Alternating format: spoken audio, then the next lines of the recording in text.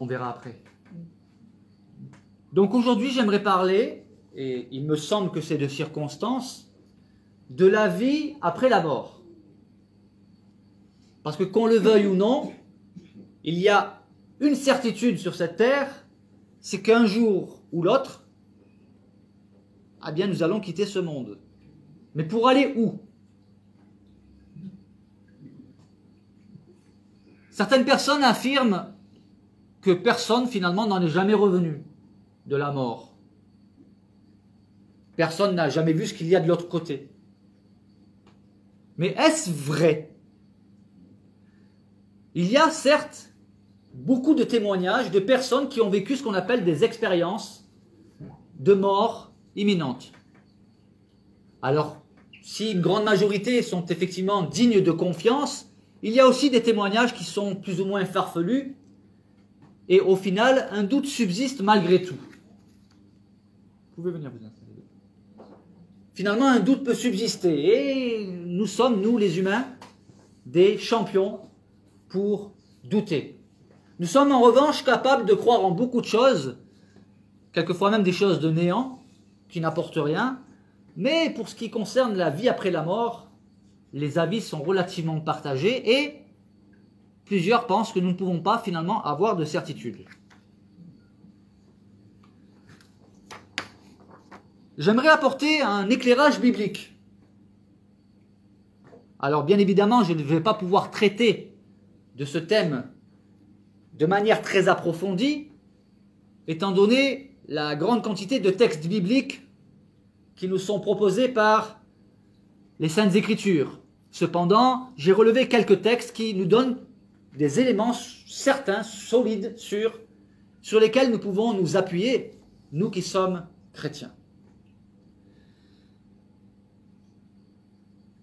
Je propose un premier texte qui se trouve dans l'évangile de Luc, le chapitre 9, les versets 28 à 35.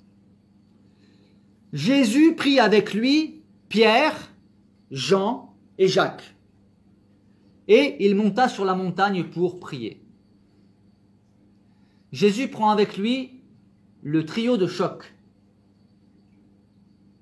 Pierre l'impulsif et Jacques et Jean les colériques. Tels étaient les disciples, enfin ces trois disciples de Jésus. Il y avait aussi Thomas, le spécialiste en doute, qui remet toujours tout en question. Mais là, Jésus prend avec lui Pierre, Jacques et Jean. Des êtres humains comme nous, qui n'étaient pas meilleurs que nous. Ils étaient faits de la même pâte que nous. C'était des disciples. Un disciple, c'est quelqu'un qui étudie et qui apprend. Ce n'est pas encore quelqu'un qui a la stature de maître. C'est quelqu'un qui apprend et qui va apprendre toute sa vie. Et Jésus va leur donner de vivre une expérience incroyable, mais vraie. Une expérience d'ailleurs qu'il va leur interdire de raconter tant qu'il sera ici-bas avec eux. Jésus donc prend Pierre, Jacques et Jean pour monter sur la montagne pour prier. Et le texte nous dit que pendant que Jésus priait, l'aspect de son visage changea et son vêtement devint d'une éclatante blancheur. Et voici, deux hommes s'entretenaient avec Jésus. Écoutez bien, c'était Moïse et Élie qui apparaissaient dans la gloire et parlaient avec Jésus de son prochain départ qu'il allait accomplir à Jérusalem, c'est-à-dire sa mort. Pierre et ses compagnons étaient appesantis par le sommeil, mais s'étant tenus éveillés, ça veut dire qu'ils ont lutté contre le sommeil, ils virent la gloire de Jésus, c'est-à-dire sa vraie nature, sa vraie valeur, et ils virent les deux hommes qui étaient avec lui. Au moment où ces hommes se séparaient de Jésus, donc Moïse et Élie, Pierre dit à Jésus, « Maître, il est bon que nous soyons ici. Dressons trois tentes, une pour toi, une pour Moïse et une pour Élie. » Il ne savait ce qu'il disait. Et de la nuée sortit une voix qui dit, « Celui-ci est mon fils bien-aimé, écoutez-le. » Nous avons ici trois témoins qui ont vu Jésus transfiguré, ça veut dire métamorphosé. la véritable nature de Jésus leur a été révélée. Aucun prophète n'a jamais vécu cela. Jésus était beaucoup plus qu'un prophète, il était le Fils de Dieu et sa divinité a été ici révélée. Puisque la loi et les prophètes, c'est une expression qu'on retrouve dans la bouche de Jésus, qui décrivent la loi de l'ancienne alliance et les prophéties. Et les deux représentants, c'est-à-dire le représentant de la loi, c'est Moïse, et le représentant des prophètes, c'est Élie. Et les deux rendaient témoignage au Messie. Et dans cette rencontre surnaturelle apparaissaient Moïse et Élie. Mais que nous révèle ce texte? Cette expérience. Moïse et Élie, cela faisait des siècles qu'ils étaient morts. Et le texte biblique nous révèle qu'ils sont vivants. Oui, il y a bien une vie après la mort. Moïse est apparu ainsi qu'Élie. La Bible nous révèle que ceux qui sont morts ne sont pas dans le néant. Ils ne dorment pas, ils ne sont pas en sommeil. Ils ne sont pas anéantis. Ils sont encore vivants. D'ailleurs, Jésus a dit, « Celui qui croit en moi vivra même s'il meurt. »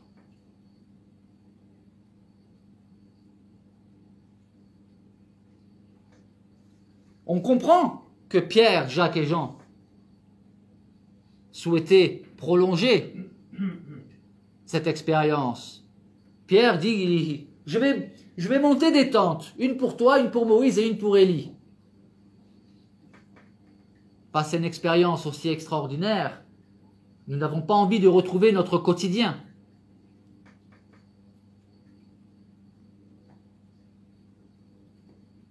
Comment aurions-nous réagi?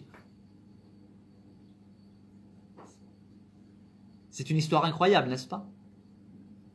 Mais qui nous révèle que les morts sont bien vivants. Mais ce n'est pas le seul texte sur lequel je vais m'appuyer pour démontrer cette vérité. On entend aussi la voix du Père, le Père céleste, dont Jésus parle tout le temps. Jésus nous a enseigné à prier qui? Notre Père. Il disait, je suis venu pour faire la volonté de mon Père. Et le Père rend témoignage au Fils en disant, celui-ci est mon Fils bien-aimé, écoutez-le. Il n'a pas dit celui-ci est mon prophète, il est mon Fils bien-aimé. Il est d'une nature différente de tous les êtres humains, d'une nature différente de tous les prophètes. D'ailleurs, il est venu au monde d'une manière différente de tous les êtres humains. Aucun être humain n'est venu au monde de cette manière. Nous avons tous un père et une mère. Jésus, il avait une mère, mais pas de père. Adam et Ève n'avaient pas de parents, mais ils ont été créés adultes. Une voix rend témoignage au Fils. Écoutez-le. Alors écoutons ce que Jésus va dire à un homme en fin de vie. Qu'est-ce que Jésus va lui dire? Toujours dans l'évangile de Luc, le chapitre 23, les versets 39 à 43. Une petite parenthèse. Vous êtes chrétien. Vous avez une Bible. Est-ce que vous la lisez? Parce qu'en tant que chrétien, nous aimons la Bible. C'est la lettre que Dieu, la grande lettre que Dieu nous a laissée. Tout ce que nous avons besoin d'apprendre en tant que chrétiens se trouve dans la parole de Dieu, dans la Bible. C'est important. Tout cela pour dire que ce que je prêche, c'est ce qu'enseigne la Bible. Je n'invente rien. Alors, Luc chapitre 23, versets 39 à 43. Vous savez que Jésus a été crucifié entre deux brigands, des malfaiteurs. Et l'un des malfaiteurs crucifiés injuriait Jésus en lui disant « N'es-tu pas le Christ? Sauve-toi toi-même et sauve-nous. » Il voulait voir pour croire, alors que Jésus nous demande de croire pour voir. Mais l'autre brigand s'adresse à lui en lui disant « Mais ne crains-tu pas Dieu, toi qui subis la même condamnation ?» Donc là, c'est un brigand qui parle à un autre brigand. Et il lui dit « Pour nous, c'est justice que nous soyons crucifiés, sous-entendu, c'est cela. Pour nous, c'est justice, car nous recevons ce qu'ont mérité nos crimes. Mais celui-ci n'a rien fait de mal. Jésus est crucifié entre deux brigands, il y en a un qui l'insulte et l'autre qui explique que Jésus n'a rien fait de mal. Et que si eux, les deux brigands, sont sur la croix, c'est parce qu'ils l'ont mérité. Il plaide coupable. Il ne dit pas que c'est de la faute à la société, ni à ses parents, ni à... Non, on l'a mérité. Nous, on est crucifiés parce qu'on l'a mérité. Mais pas lui. Lui, il n'a pas mérité. Il n'a rien fait de mal, lui. Et alors, il se tourne vers Jésus. Enfin, il se tourne. Façon de parler. Il s'adresse à Jésus. Et il lui dit, « Souviens-toi de moi quand tu viendras dans ton règne. » Ça veut dire qu'il a compris qui est Jésus. Non seulement il a compris que Jésus est innocent, qu'il n'a rien fait de mal, mais il a compris qui est Jésus. Il a compris qu'il est le Messie, puisqu'il lui dit « Souviens-toi de moi quand tu viendras dans ton règne ». Ça veut dire qu'il avait quand même des connaissances bibliques. Alors pourquoi était-il devenu malfaiteur? On ne le sait pas. Le texte ne nous le dit pas. Mais ce qui est important, c'est de savoir que ce malfaiteur, aux derniers instants de sa vie, il se repent. Et il demande au Seigneur de se souvenir de lui. Et que lui dit Jésus? Les malfaiteurs, de toute façon, ils vont mourir. Jésus aussi va mourir. Et que lui dit Jésus? Il lui dit, je te le dis en vérité, aujourd'hui, tu seras avec moi, où ça? Dans le paradis.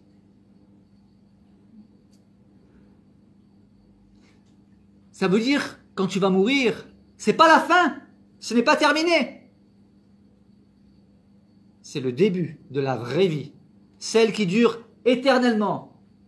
Cette vie éternelle au sein de laquelle il n'y a plus de douleur, plus de souffrance, plus de mort, plus de péché, plus de tentation, plus rien de mauvais.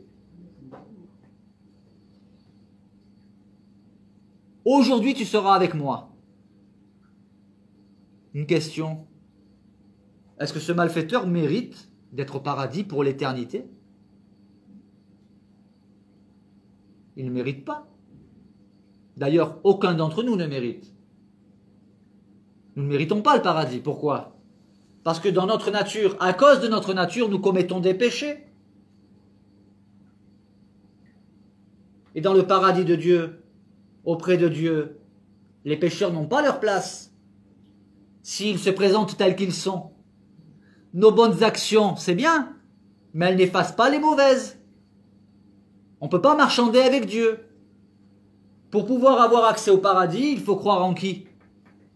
Il faut croire au Sauveur, le Sauveur que le Seigneur, le Père, a envoyé. Jésus signifie Dieu sauve. Et c'est uniquement par la foi en Jésus qu'on peut avoir accès à cette vie éternelle. Et comment l'obtenir? Il faut prendre exemple sur le brigand. Il a fait quoi? Premièrement, il a reconnu qu'il était un pécheur. Alors on peut se dire c'est facile pour lui. C'était évident qu'il était un pécheur. Oui, mais si nous écoutons notre conscience de manière honnête, alors nous arriverons à la même conclusion. Même si nous n'avons pas été aussi loin que lui, le péché devant Dieu reste le péché. Et le pécheur ne peut accéder à la présence de Dieu que s'il est justifié, purifié. Et cela n'est possible que par la foi dans le sacrifice de Jésus-Christ, dont la Bible nous dit que son sang nous purifie de tout péché si nous marchons dans la lumière de l'Évangile. C'est cela la bonne nouvelle. La bonne nouvelle, c'est qu'on ne peut pas faire de... Enfin, on n'est pas sauvé par nos bonnes actions. D'ailleurs, c'est terrible de s'appuyer sur nos bonnes actions pour espérer avoir une place au paradis. Parce que nous demeurerions ainsi dans l'incertitude. Si nous sommes honnêtes avec nous, conscients de tous nos manquements, de tous nos péchés, de toutes nos fautes. Mais prenons exemple sur le malfaiteur. Il a plaidé coupable, je suis coupable. C'est ce qu'il dit. Mais ça ne suffit pas. Il a compris qui est Jésus, il a cru en Jésus. Cela a été suffisant pour que le Seigneur déclare « Aujourd'hui, tu seras avec moi dans le paradis. » Donc non, la vie ne s'arrête pas. Tu vas mourir, oui. mais ça va être le début d'une autre vie. Une vie qui est tellement extraordinaire que la Bible ne nous donne pas de détails précis parce que essayez d'expliquer à une chenille la vie d'un papillon. Comment pourrait-elle imaginer, elle, qui est si laide et qui se cramponne, se déplace sur terre uniquement, comment peut-elle imaginer, croire qu'elle deviendra un beau papillon et qui volera? La Bible nous donne des éléments suffisants pour nous encourager à croire, pour nous donner envie de vivre cette vie éternelle. Mais il y a des choses qui nous dépassent. La Bible nous dit que ce sont des choses que l'œil n'a point vues, que l'oreille n'a point entendues et qui ne sont point montées au cœur de l'homme. Ça veut dire qu'on n'arrive pas à imaginer. Ce sont ces choses-là que Dieu a préparées pour nous. Déjà, dès que nous essayons d'imaginer l'éternité, nous nous trouvons confrontés à une véritable difficulté. Puisque comment pouvons-nous imaginer l'éternité alors que nous sommes limités dans le temps et dans l'espace? Et l'éternité, c'est toujours. Soit près de Dieu, dans le bonheur éternel, soit loin de Dieu. Et il lui dit, aujourd'hui tu seras avec moi dans le paradis.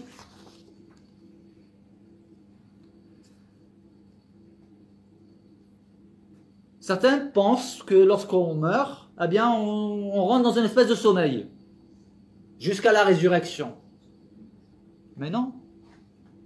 Déjà, l'épisode avec Moïse et Élie nous révèle que Moïse et Élie ne dormaient pas.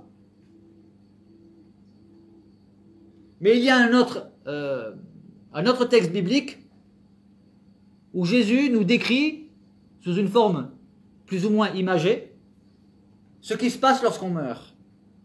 Immédiatement, on se retrouve dans un autre monde, conscient. Et nous gardons le souvenir de qui nous sommes et d'où nous venons.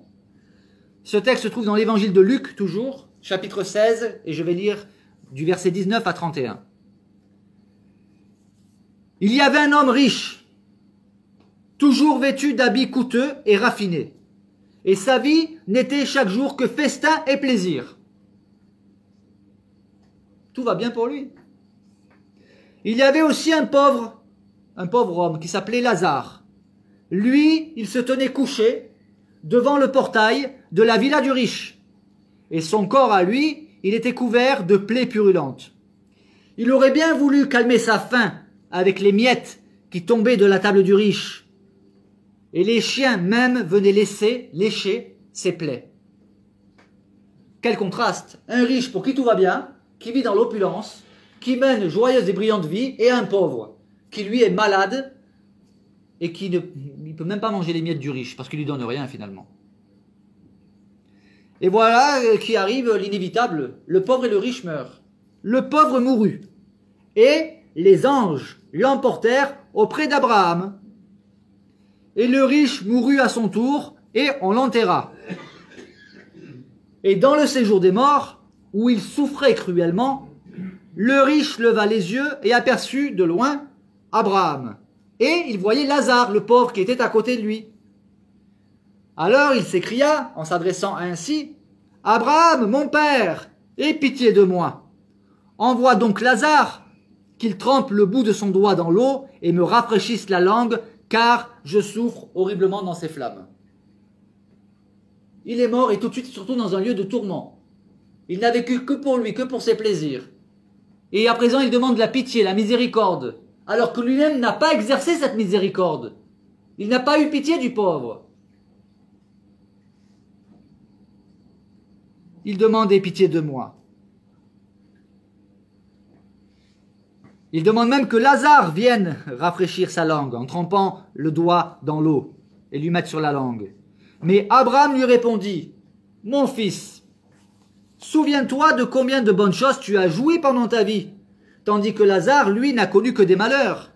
À présent, ici, c'est lui qui est consolé, tandis que toi, tu es dans les tourments. » Alors, une petite précision, il n'est pas dans les tourments parce qu'il était riche, parce qu'il y a des des hommes, des femmes qui sont riches, mais cette richesse est pour eux un moyen de servir les autres.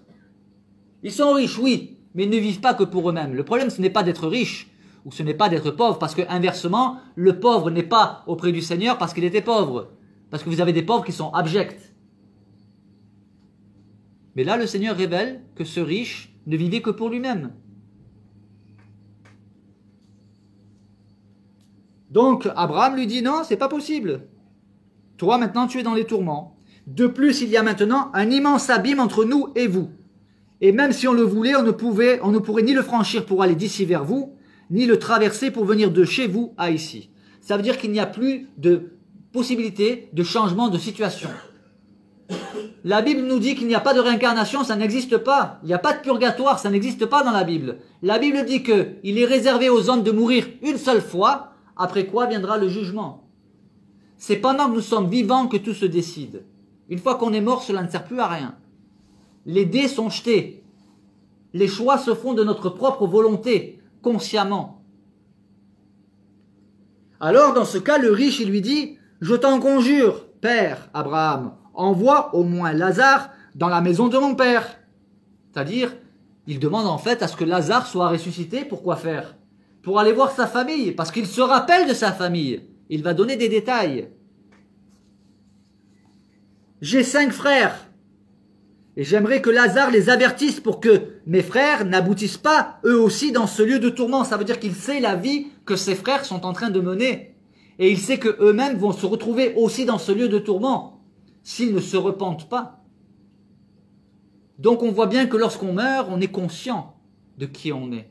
On se rappelle de notre famille, de nos amis, de nos voisins. La mémoire est là. On est pleinement conscient. Abraham lui répond, « Tes frères ont les saintes écritures. Ils ont les écrits de Moïse et des prophètes. Ah bien qu'ils les écoutent. » En fait, Abraham est en train de dire, mais ils ont les saintes écritures, comme nous les avons aussi aujourd'hui. Voyez-vous, il y a des personnes qui critiquent la Bible alors qu'ils ne l'ont jamais lue. Ou alors ils l'ont lue mais ils n'ont pas réfléchi à ce qu'ils ont lu. Ou alors ils se sont contentés d'écouter des critiques sur la Bible, mais ne se sont pas forgés des opinions personnelles sur ce texte. Mais quiconque aborde le texte biblique avec sincérité, honnêteté et franchise ne peut qu'être touché par le message véhiculé par la parole de Dieu qu'est la Bible. Certes, il y a des passages difficiles à comprendre, mais pour l'essentiel, c'est simple. Croire en Jésus, croire en son sacrifice, marcher d'une manière digne du Seigneur, aimer notre prochain, aimer même nos ennemis, nous dit la Bible. Ça, c'est pas compliqué. Il n'est pas nécessaire d'avoir fait 20 ans d'études bibliques pour comprendre ce qui est important aux yeux de Dieu, l'amour du prochain. Alors lorsque Abraham lui dit, mais tes frères, ils ont les saintes écritures, Moïse et les prophètes, qui les écoutent, eh bien, lui, il pense savoir mieux qu'Abraham, le riche. Il lui dit, non, père Abraham, mais si quelqu'un revient du séjour des morts et va les trouver, eh bien, ils changeront. Mais Abraham lui dit, non, non, s'ils n'écoutent ni Moïse ni les prophètes, ils ne se laisseront pas davantage convaincre par un mort revenant à la vie. Certains pourraient se dire, ah non, moi je crois quand même que si on voit un mort qui ressuscite, ben, les gens vont se repentir, hein, même les méchants. Ah oui. Qu'est-ce qu'a fait Jésus? Il a ressuscité des morts. Les religieux, les pharisiens ont vu cela, des foules entières ont vu cela, certains ont cru et d'autres n'ont pas cru. Même s'ils ont vu qu'il y a un mort qui est ressuscité. Qui étaient les pires ennemis de Jésus? Des religieux. Ils ont vu des miracles qu'ils ont reconnus. Ils n'ont même pas dit que ce sont des faux miracles. Ils ont assisté à des miracles authentiques que Jésus a fait. Et qu'est-ce qu'ils ont dit? Il ne faut pas le laisser continuer à faire des miracles parce que toute la foule va continuer de croire en lui. Et la Bible nous révèle qu'ils cherchaient les moyens de le faire mourir. Ils ont vu que Jésus a accompli des miracles, qu'il a ressuscité des morts, qu'il a guéri des malades. Et ils ne pensaient qu'à une chose, le supprimer. Abraham n'a pas tort. Ils ne se laisseront pas convaincre, même si un mort ressuscite. Oui, la vie après la mort existe. Mais où serez-vous? Avez-vous fait la paix avec Dieu par Jésus-Christ? Parmi nous, il était confronté aux religieux, mais parmi les religieux, il y avait un parti qui s'appelait le parti des Sadducéens. Eux, à la différence des pharisiens, ils ne croyaient pas à la résurrection. Et ils ont tendu un piège, enfin, ils ont essayé de tendre un piège à Jésus. Ils lui ont raconté une histoire fictive, certainement, ou même si elle est réelle, d'une femme qui a épousé les uns après les autres 7 frères. Elle en a épousé un, il est mort, son frère a épousé la veuve, et ainsi de suite, ils sont tous morts, et il pose la question à Jésus, voilà, puisque tu dis que la résurrection existe, ils vont tous ressusciter, de qui cette femme sera-t-elle l'épouse, puisque les 7 sont morts? Et ils l'ont tous eu pour femme. Et Jésus leur a dit, mais vous n'avez rien compris aux Saintes Écritures, car les hommes seront comme les anges. C'est-à-dire, il n'y aura pas de relation sexuelle dans le ciel. Ça sera bien supérieur, ça sera différent. Et lorsqu'il aborde le point de la résurrection, il leur dit, pour ce qui est de la résurrection des morts, n'avez-vous pas lu dans le livre de Moïse ce que Dieu lui a dit à propos du buisson? Dieu lui a dit à Moïse, je suis le Dieu d'Abraham, le Dieu d'Isaac et le Dieu de Jacob. Dieu n'est pas le Dieu des morts, mais des vivants. Vous êtes grandement dans l'erreur. C'était des religieux qui avaient les Saintes Écritures et qui n'avaient pas compris que la résurrection est biblique. Et aujourd'hui encore, vous avez des personnes qui, même en étudiant la Bible, même en s'appuyant sur la Bible, ne comprennent pas des vérités fondamentales. Il leur a dit, vous êtes grandement dans l'erreur. Vous ne comprenez ni les Écritures, ni la puissance de Dieu. Abraham, Isaac et Jacob étaient déjà morts depuis longtemps. Lorsque Dieu a dit à Moïse, je suis le Dieu d'Abraham, d'Isaac et de Jacob. Et Jésus de dire que si Dieu a révélé à Moïse qu'il est le Dieu d'Abraham, d'Isaac et de Jacob, c'est qu'il est en train de dire, je ne suis pas le Dieu des morts, mais des vivants. Il est en train de dire que Abraham, Isaac et Jacob ne sont pas morts. Oui, ils ne sont plus sur terre, ils ont quitté ce monde, mais ils continuent de vivre. D'ailleurs, dans cette histoire que Jésus nous a racontée précédemment, on voit qu'Abraham est vivant. Dans l'épisode de la transfiguration, Moïse et Élie sont bel et bien vivants. L'apôtre Paul, lui, affirme ceci. Dans sa deuxième lettre aux Corinthiens, chapitre 5, verset 8, il dit « Nous sommes pleins de confiance. » Pourtant, ils étaient éprouvés. Il dit « Nous sommes pleins de confiance et nous aimons mieux quitter ce corps et demeurer auprès du Seigneur. » Paul est en train de dire que quand on quitte ce corps, on demeure auprès du Seigneur.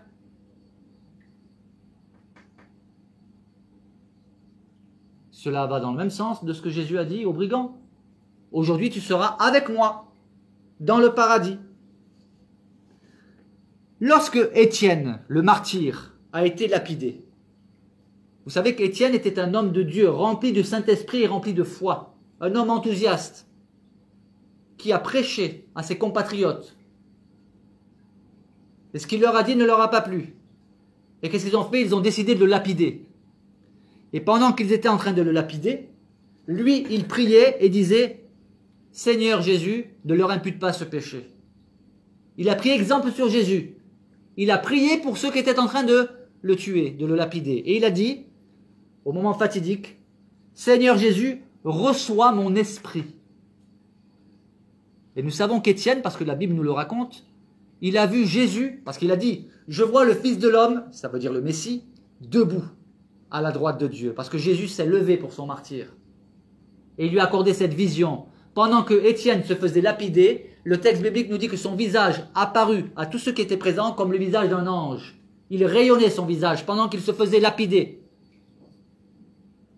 Et il a dit qu'il a vu le Messie, ça les a mis encore plus en colère. Et il a dit, reçois mon esprit. Qu'est-ce que Jésus a dit lorsqu'il était sur la croix? La dernière phrase. Père, je remets mon esprit entre tes mains.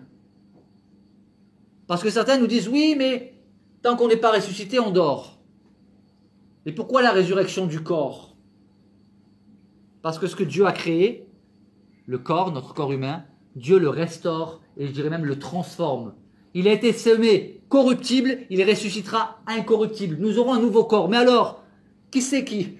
Vu que notre corps n'est pas encore ressuscité, comment pouvons-nous être auprès de Dieu? Oui, c'est celui qui habite ce corps. Vous avez votre corps, mais la personne qui habite le corps, c'est vous. Eh bien, c'est vous qui allez auprès du Seigneur. C'est votre esprit. Et vous avez si on peut dire ça ainsi, en attendant, vous pouvez vous visualiser les uns, les autres, avec une apparence qui n'est pas le corps de chair, mais le corps spirituel. On se reconnaît. D'ailleurs, Moïse et Élie ont été reconnus. Alors, ils ont été reconnus sur la base de quoi? Jacques, Jean et Pierre n'avaient jamais vu Moïse. Comment ont-ils pu savoir que c'était Moïse et Élie? Eh bien, il y a deux possibilités, soit par révélation intérieure, soit Jésus, après l'événement, leur a dit que c'était Moïse et Élie. Mais le fait est qu'ils sont apparus, clairement.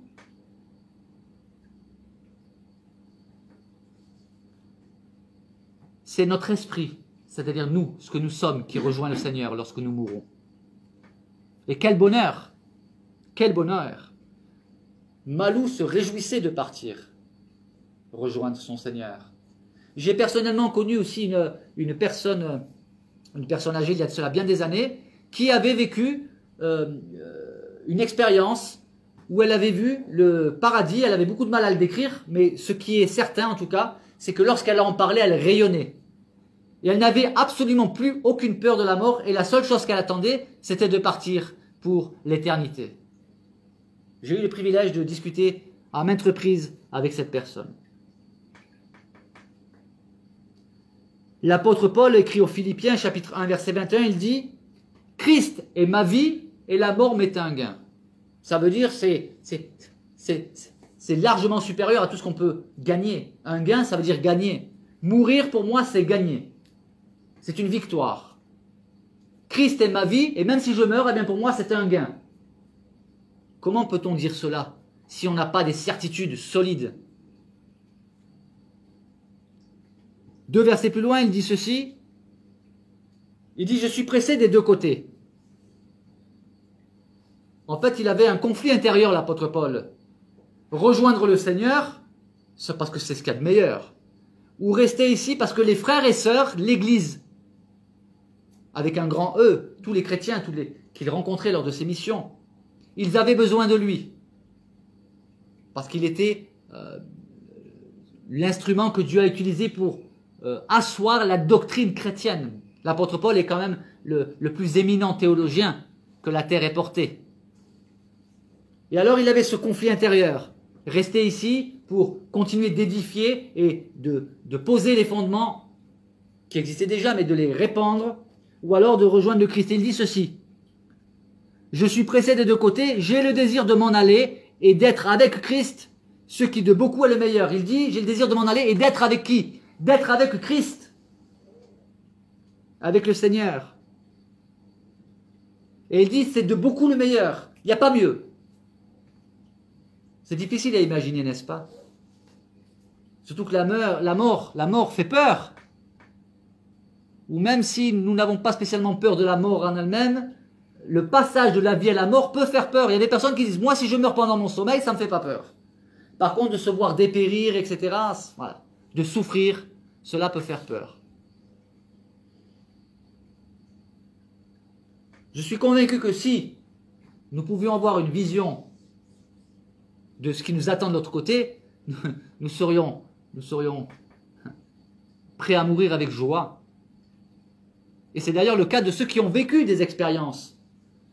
Soit ils ont vu le paradis en vision, soit ils ont fait une expérience de mort imminente qui a radicalement changé leur vie. Et enfin, pour un dernier texte pour conclure, bien qu'il y aurait encore beaucoup de choses à dire, se trouve dans l'Apocalypse, le livre de l'Apocalypse, chapitre 6, les versets 9 à 11. On peut lire ceci. Quand l'agneau c'est Jésus, l'agneau de Dieu. Quand l'agneau ouvrit le 5e sceau, le sceau c'est comme on dirait aujourd'hui un stempel, sur un document. Je vis sous l'autel c'est là où on fait les sacrifices, les âmes de ceux qui avaient été égorgés à cause de leur fidélité à la parole de Dieu et du témoignage qu'ils avaient rendu. Je ne vous apprends rien en vous rappelant qu'il y a eu des chrétiens martyrisés tout au long des siècles, avec plus ou moins d'intensité d'une époque à l'autre. Et aujourd'hui encore, il y a des chrétiens qui sont égorgés, qui sont tués simplement parce qu'ils sont chrétiens. Il y a plus de 200 millions de chrétiens persécutés dans le monde. Et il y a environ 4000 chrétiens qui chaque année meurent à cause de leur foi, simplement parce qu'ils sont chrétiens. Et donc ce texte de l'Apocalypse nous révèle quelque chose de particulier concernant ceux qui ont été égorgés. L'apôtre Jean les a vus. Il a vu les âmes de ceux qui avaient été égorgés à cause de leur fidélité à la parole de Dieu et à cause du témoignage qu'ils avaient rendu au Seigneur.